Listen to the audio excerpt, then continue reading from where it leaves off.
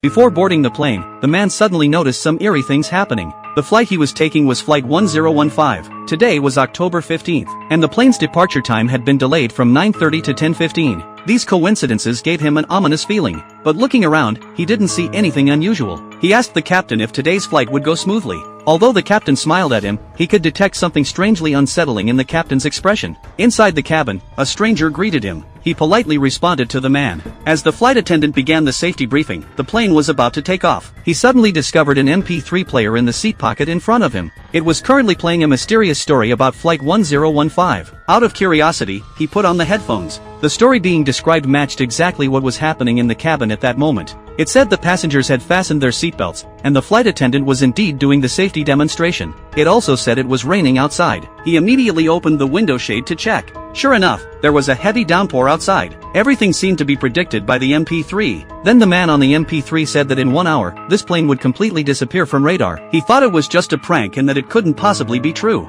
But suddenly the plane hit some turbulence. One coincidence after another made him feel very uneasy. Then the MP3 began discussing the mystery of the plane crash. First, it mentioned a captain named Donna. Hearing the name, he immediately paused the playback. Just then, the captain happened to use the intercom and stated his name. He put the headphones back on. The MP3 mentioned that a flock of birds would hit the plane at 10:21. When the time reached 10:21, there was suddenly a violent impact sound. He was so startled that he immediately jumped up from his seat. He frantically threw off the headphones as fear overwhelmed his mind. He immediately ran into the bathroom, trying to calm himself down. But when he came out again, all the passengers seemed oblivious to any impact. To verify the facts, he called over a flight attendant. He asked if any birds had hit the engine. But the attendant explained that at their current altitude, there wouldn't be any birds. He wanted to confirm further with the captain. The attendant warned him not to mislead other passengers and cause panic. He looked out the window and began to wonder if he was being overly sensitive. But just as the attendant left, the stranger who had greeted him suddenly sat down behind him. The man said he was absolutely certain that birds had just hit the plane.